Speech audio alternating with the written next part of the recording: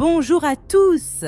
3 fois par semaine, plongez avec moi dans l'univers sombre des crimes qui ont secoué le monde entier. De disparitions mystérieuses aux meurtres les plus effroyables, nous explorerons ensemble l'injustice, l'impunité, la corruption et les jugements les plus implacables qui ont marqué ces affaires. Avant de plonger dans ce récit captivant, je vous invite à vous abonner et à activer la cloche pour ne manquer aucune notification. N'oubliez pas de laisser un like, cela m'aidera énormément à continuer à vous proposer du contenu. Sans plus attendre, plongeons ensemble dans chaque détail de cette affaire criminelle. Paloma Nicole Arellano Escobedo est née le 14 janvier 2011 à Durango, au Mexique. Elle était la fille de Carlos Saïd Arellano Aragon et Paloma Jasmine Escobedo Quiñones, un jeune couple qui imaginait pour elle un avenir radieux. Paloma n'était pas enfant unique. Avant de fonder une famille avec Carlos, Jasmine, c'est ainsi que nous appellerons la mère, avait déjà eu un fils, Christopher, d'une relation précédente. Carlos, architecte de profession, s'était illustré par son sérieux et son dévouement.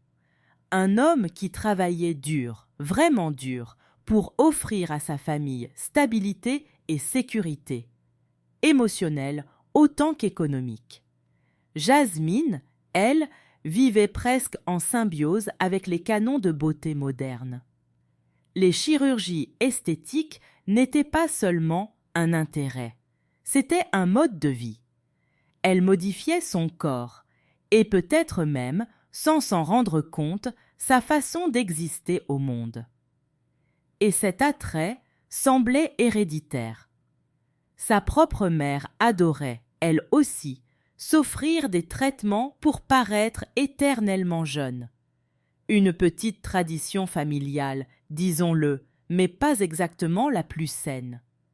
De l'extérieur, l'enfance de Paloma paraissait heureuse, mais cette façade s'est fissurée très tôt.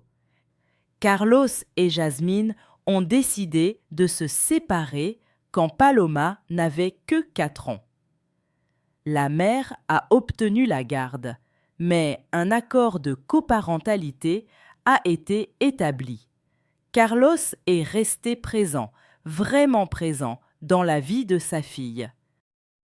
Ainsi, Paloma a grandi entre 2 mondes. D'un côté, la tendresse solide de son père. De l'autre, l'influence toujours plus marquée d'une mère absorbée par l'esthétique, les transformations, l'apparence.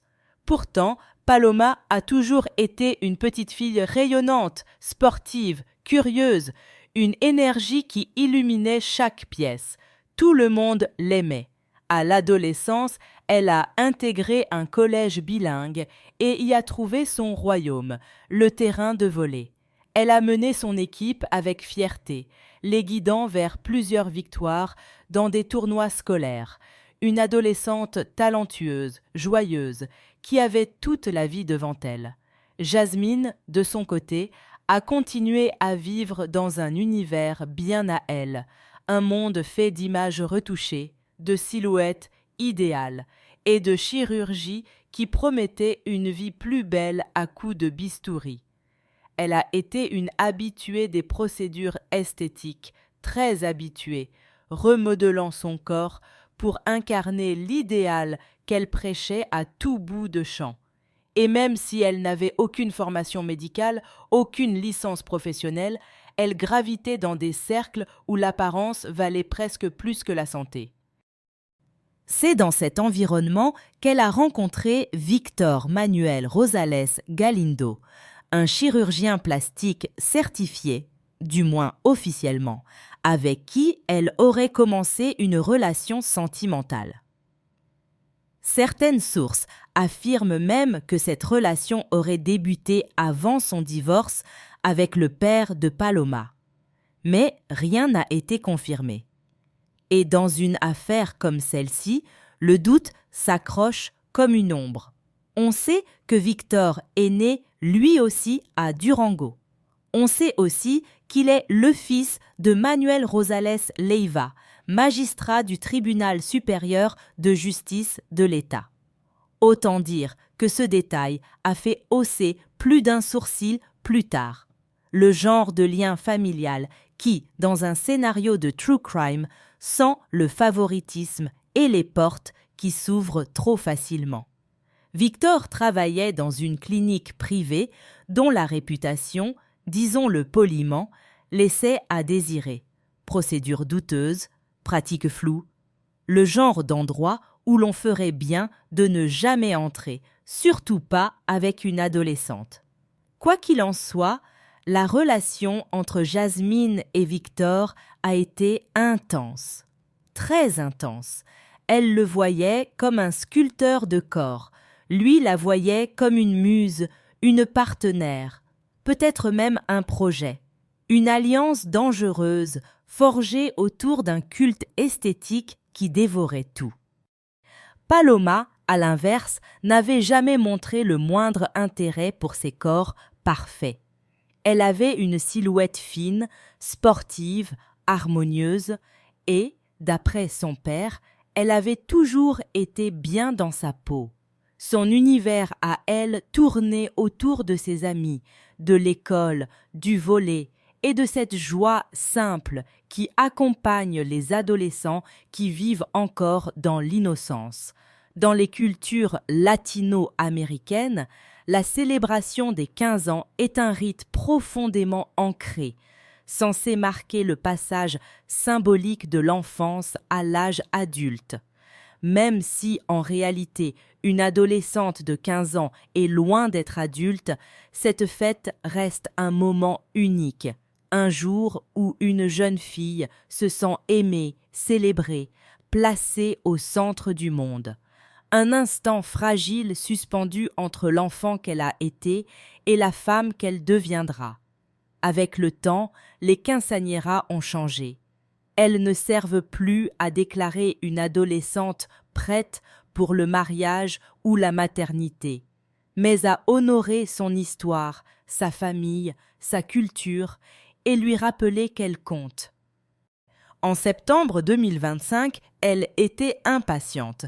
Sa fête de 15 ans était prévue pour janvier et son père préparait un voyage en Europe, un rêve qu'il partageait depuis longtemps. Mais Jasmine imaginait un autre cadeau. Tandis que Carlos planifiait leur voyage, sa mère, influencée par ses propres obsessions esthétiques, avait décidé d'offrir à Paloma une chirurgie. Avec l'appui de Victor, elle avait peu à peu projeté ses complexes sur sa fille, insinuant qu'elle pourrait améliorer son corps pour être prête pour sa fête. Une suggestion qui pourrait sembler anodine, mais qui, dans la bouche d'une mère obsédée par l'apparence, allait devenir terriblement dangereuse.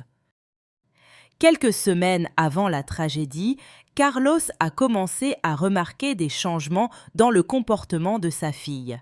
Paloma était plus silencieuse, plus réservée. Il avait mis ça sur le compte de l'adolescence, parce que quel père imaginerait que sa fille de 14 ans porte un secret aussi lourd? Il n'avait aucune idée du piège qui se refermait. La véritable descente aux enfers a commencé le 11 septembre 2025. Ce jour-là, Jasmine est allée chercher Paloma au collège, prétextant qu'elle se sentait mal. Peu après, elle a contacté Carlos avec une nouvelle alarmante. Selon elle, Paloma avait été testée positive à un virus, le virus qui avait déclenché la crise sanitaire mondiale. Elle lui a expliqué qu'elle allait l'isoler dans des cabanes en montagne, sans réseau téléphonique, et qu'il ne devait pas s'inquiéter s'il n'arrivait pas à les joindre. Pour rendre l'histoire crédible, elle a envoyé une photo d'un test médical. Un test qui, plus tard, s'est révélé être une falsification. Il datait de 2022, lorsque Paloma avait réellement contracté ce virus. Carlos, rassuré par ce faux document, a accepté l'explication, sans imaginer un seul instant qu'il venait de tomber dans un mensonge soigneusement construit, presque chirurgical dans sa précision. Le lendemain, Paloma n'a pas été isolée. Pas de cabane, pas de protocole sanitaire, rien. Elle a été conduite dans une clinique privée. Dans ce lieu fermé, loin des regards, son beau-père, chirurgien de profession, a signé comme médecin et tuteur, autorisant 3 procédures: la pose d'implants mammaires en silicone, une liposuction abdominale et une lipotransfert vers les fesses. Un triple acte chirurgical sur une enfant de 14 ans, signé sans le consentement de son père, et réalisé dans le silence absolu. La mère, qui avait également signé l'autorisation sans aucune formation médicale ni licence professionnelle, a même participé à l'intervention comme assistante infirmière. Oui, assistante.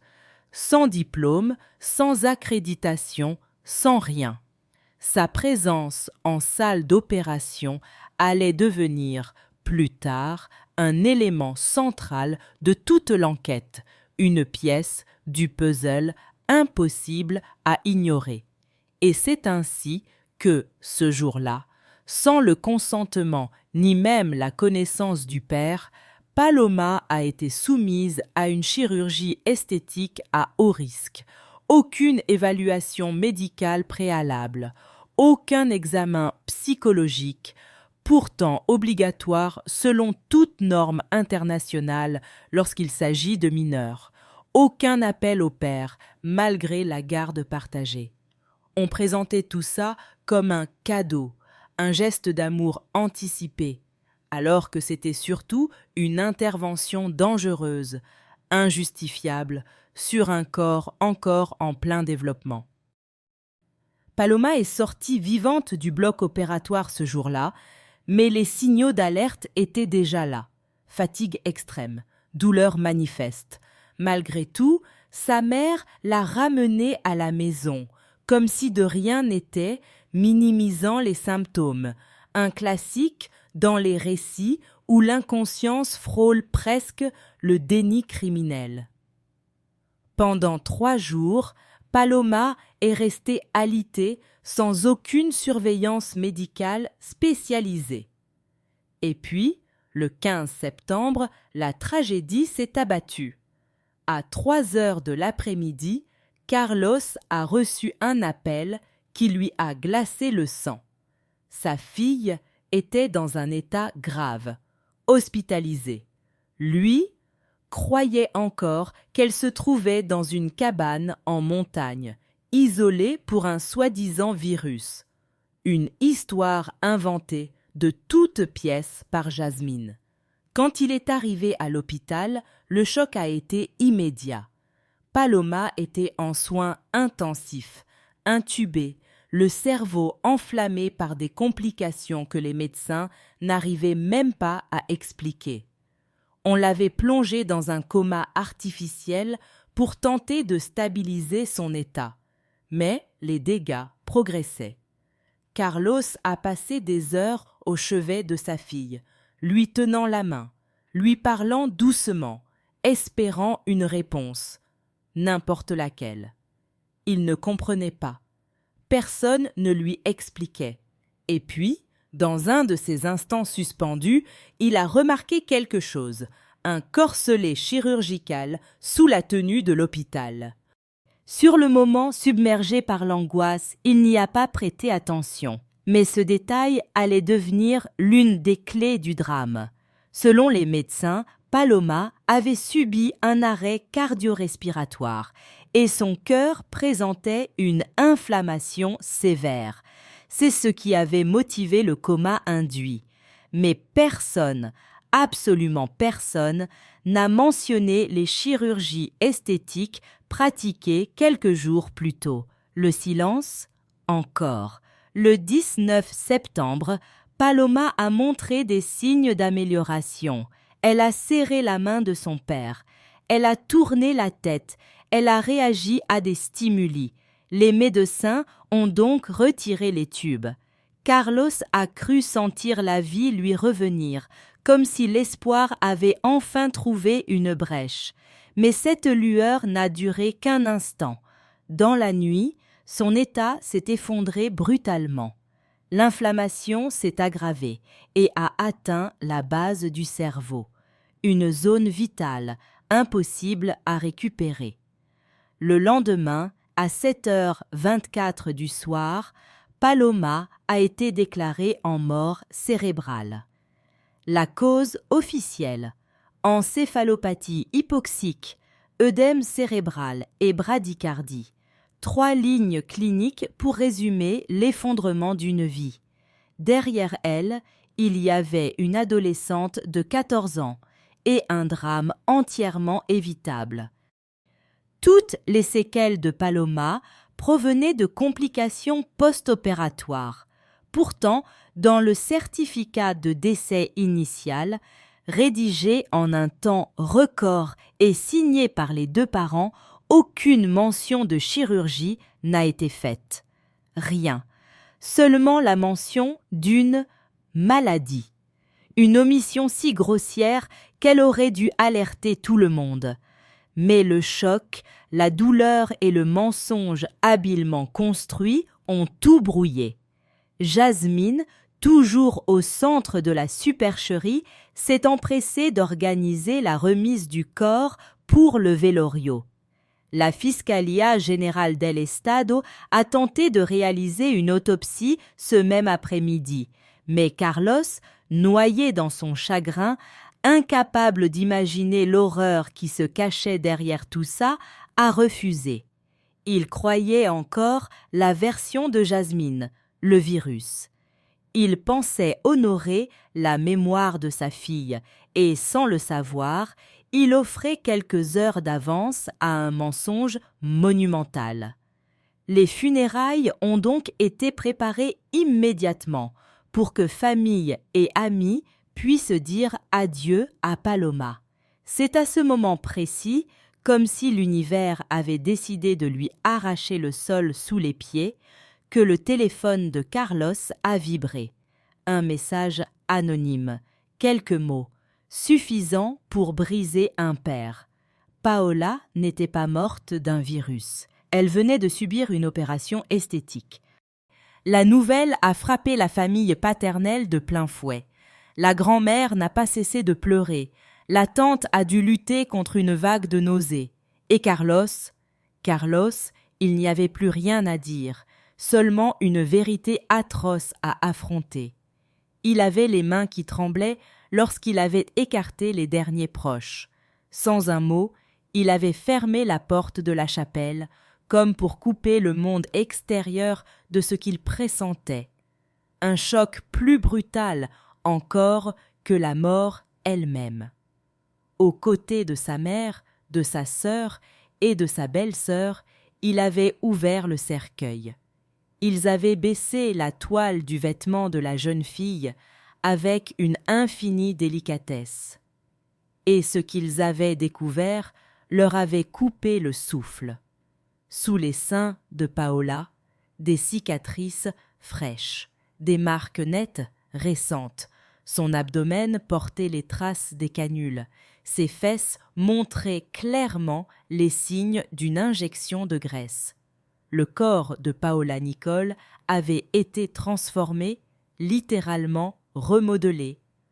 Comme si quelqu'un avait décidé, sans droit ni conscience, de redessiner une adolescente de 14 ans.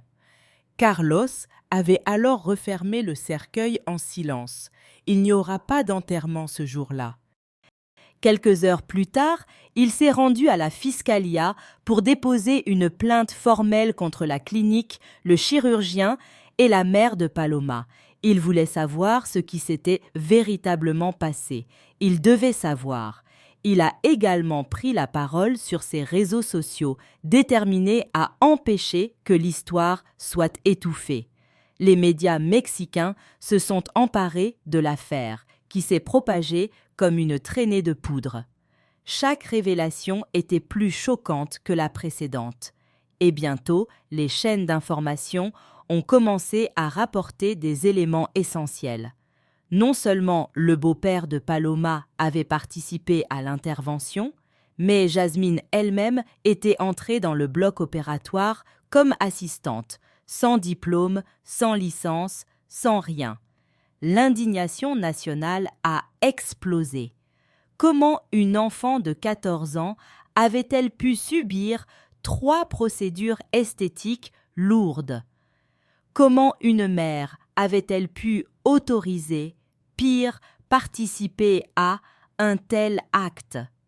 Et comment un médecin certifié avait-il pu accepter d'opérer une mineure sans aucune justification médicale? Le pays ne comprenait pas, ou plutôt refusait de comprendre. Après la plainte de Carlos, la Fiscalía a agi immédiatement. Le corps de Paloma a été transféré pour examens médico-légaux, déclenchant un processus qui allait exposer un scandale complet, une véritable dissection judiciaire du mensonge. Le drame familial s'est transformé en affaire nationale. Quelques jours plus tard, les résultats préliminaires sont arrivés.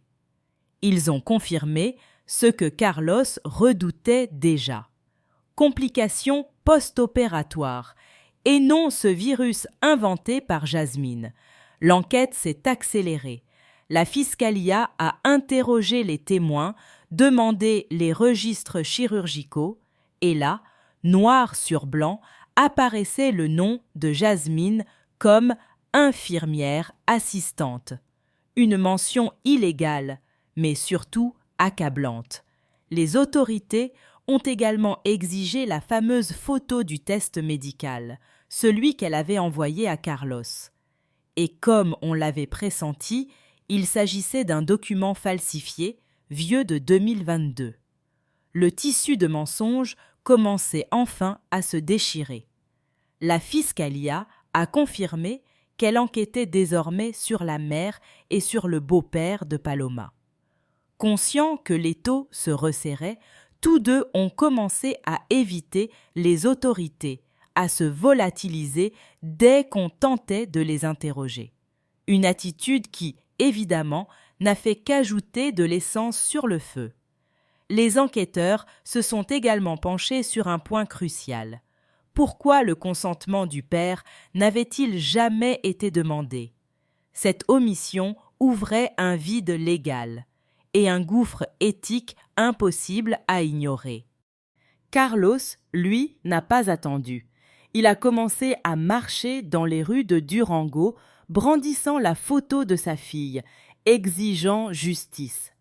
Très vite, des activistes pour les droits des femmes l'ont rejoint, dénonçant ce qu'elles ont appelé une forme de violence esthétique, une pression insidieuse qui pousse les adolescentes à modifier leur corps pour se conformer à des standards absurdes. La couverture médiatique s'est alors intensifiée et sur les réseaux sociaux, l'affaire a explosé. Au collège de Paloma, un communiqué a été publié exprimant la tristesse de toute la communauté scolaire. La photo de l'école décorée d'un ruban noir a rapidement fait le tour du pays. Pendant ce temps, le responsable des services de santé de Durango a pris la parole. Selon lui, la clinique était effectivement autorisée à opérer. Et le chirurgien, le beau-père de Paloma, était bien certifié. Rien d'irrégulier de ce côté-là, a-t-il déclaré. Une phrase qui, pour beaucoup, a sonné comme un refus de voir la réalité. On a tout de même exigé le dossier médical complet du chirurgien et l'organisme de protection sanitaire a précisé qu'en principe, la signature d'un seul parent suffisait pour autoriser une intervention chirurgicale. Mais, nuance importante, dans des cas de chirurgie lourde, triple procédure, mineur d'âge, risque élevé, il est parfaitement justifié d'exiger la signature des deux parents. et ce vide juridique qui avait permis d'opérer Paloma sans prévenir son père a été considéré comme un point à réviser d'urgence. Il a aussi été rappelé que le problème ne se limitait pas à l'accréditation de la clinique ou du médecin. La victime restait une enfant de 14 ans, soumise à un acte chirurgical extrêmement agressif, où les complications sont fréquentes et où les tragédies, malheureusement, ne sont pas rares. Carlos, brisé mais déterminé, a poursuivi sa quête de vérité. Il a donné des interviews à plusieurs médias et créateurs de contenu. Il a répété sans relâche que sa fille n'avait jamais exprimé le désir de subir une chirurgie esthétique. Paloma était une sportive, une adolescente bien dans sa peau. Selon lui, tout avait été imposé, jamais choisi. Pendant que l'affaire continuait de se viraliser, la famille paternelle a organisé de deuxièmes funérailles, une chapelle remplie de fleurs blanches et de bougies. À l'extérieur, des anonymes venus soutenir la cause exigeaient justice, même sans avoir connu la jeune fille. L'absence de la mère et du beau-père ne passa pas inaperçue. Ils étaient désormais pointés du doigt comme les grands responsables de la tragédie et n'avaient ni la force ni le courage de se présenter. Puis, l'indignation a atteint un nouveau seuil. Le cas Paloma est arrivé au Congrès. Sénateurs et députés ont pris la parole. Depuis la tribune, une législatrice a exprimé sa solidarité envers la famille et la population entière. Elle a averti que le pays ne pouvait pas rester les bras croisés, qu'il fallait agir pour éviter qu'une telle horreur ne se répète. Le gouverneur de l'État, à son tour, s'est engagé à mener une enquête profonde, sans privilège ni favoritisme. Et finalement, même la présidente du Mexique a envoyé un message de soutien à la famille paternelle, promettant que justice serait faite. L'Association mexicaine de chirurgie plastique a annoncé avoir demandé la suspension provisoire du beau-père de Paloma en tant que chirurgien, le temps que l'enquête avance. Cependant, détail qui a indigné une bonne partie du pays, ils ont précisé que sa licence professionnelle restait valable et qu'il pouvait continuer à exercer sous d'autres formes. En résumé, mise en pause, mais pas vraiment écartée. Une décision qui, bien évidemment, a allumé un incendie médiatique. L'affaire Paloma Nicole a alors cessé d'être une simple tragédie nationale pour devenir une actualité internationale. Des médias du monde entier ont relayé l'histoire, créant un écho global et ouvrant un débat essentiel. Jusqu'où peut-on aller dans la médecine esthétique appliquée aux mineurs ? En plein tumulte, un nouveau rebondissement a secoué l'opinion publique. Christopher, le frère aîné de Paloma, est apparu dans une vidéo publiée sur les réseaux sociaux. Il y dénonçait des menaces de mort et du harcèlement dirigé contre sa famille. Il a pris la défense de sa mère et de son beau-père, affirmant qu'ils avaient été des figures aimantes et présentes dans la vie de Paloma. Selon lui, c'était Jasmine qui avait toujours porté la famille à bout de bras et accompagné Paloma dans chaque étape de sa vie. Puis, il a attaqué Carlos, l'accusant d'avoir mis Paloma en danger par le passé.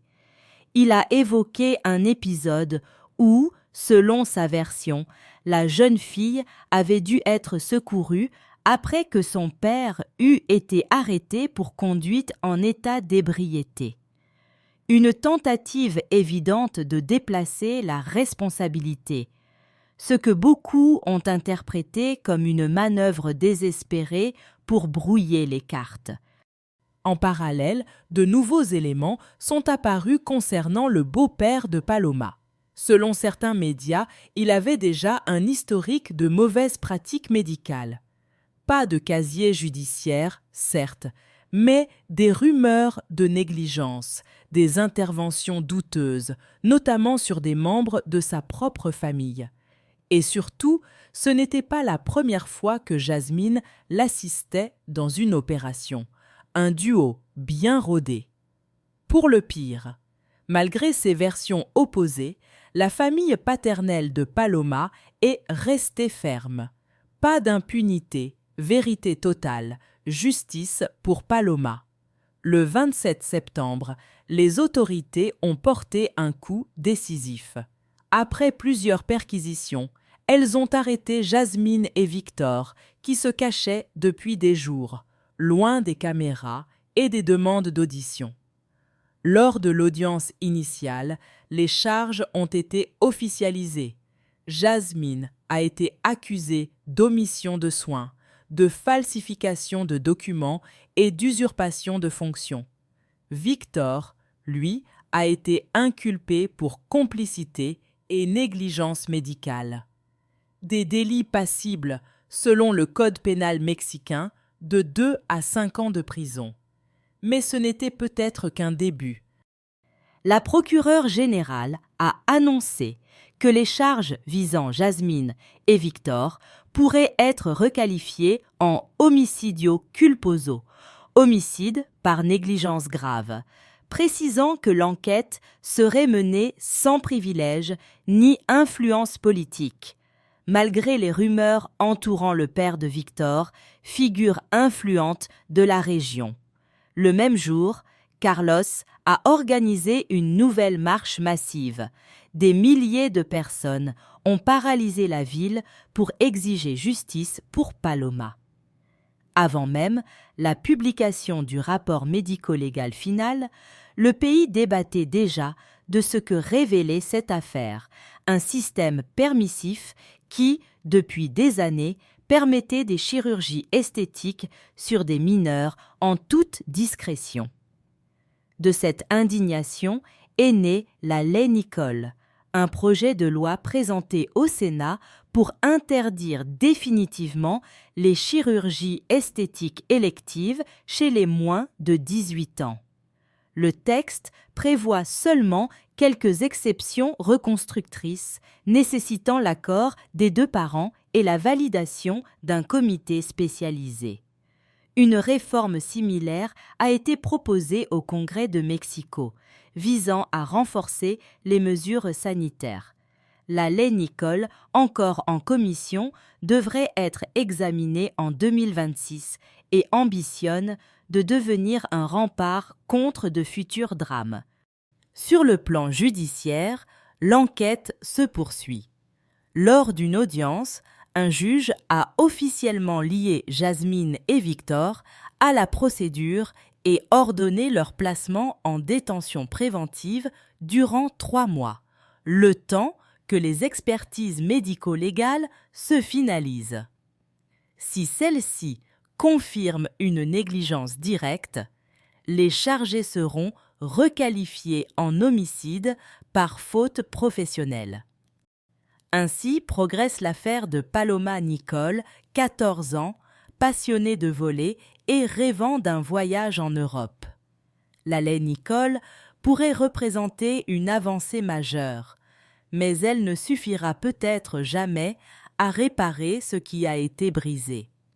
La manière dont la société regarde les adolescentes a profondément changé. Les réseaux sociaux imposent des corps artificiellement parfaits, inaccessibles, sans bistouri.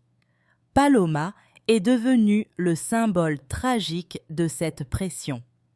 Son père n'a cessé de réclamer justice et grâce à lui, une prise de conscience collective a commencé. Car l'affaire Paloma n'est pas seulement une négligence médicale. C'est le reflet d'un monde qui pousse des mineurs à remodeler leur corps avant même qu'ils aient eu le temps de construire leur esprit.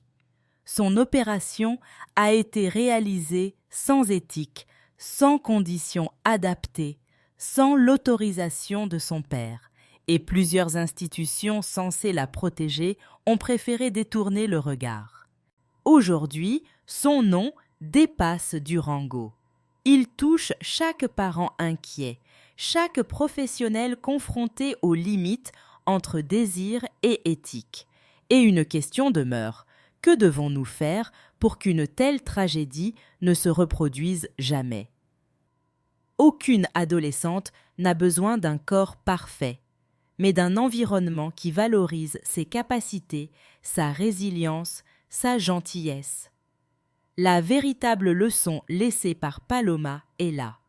L'essentiel ne réside pas dans la perfection du corps, mais dans la force de l'esprit, l'empathie et la capacité d'aimer. Un héritage infiniment plus précieux que n'importe quel standard de beauté.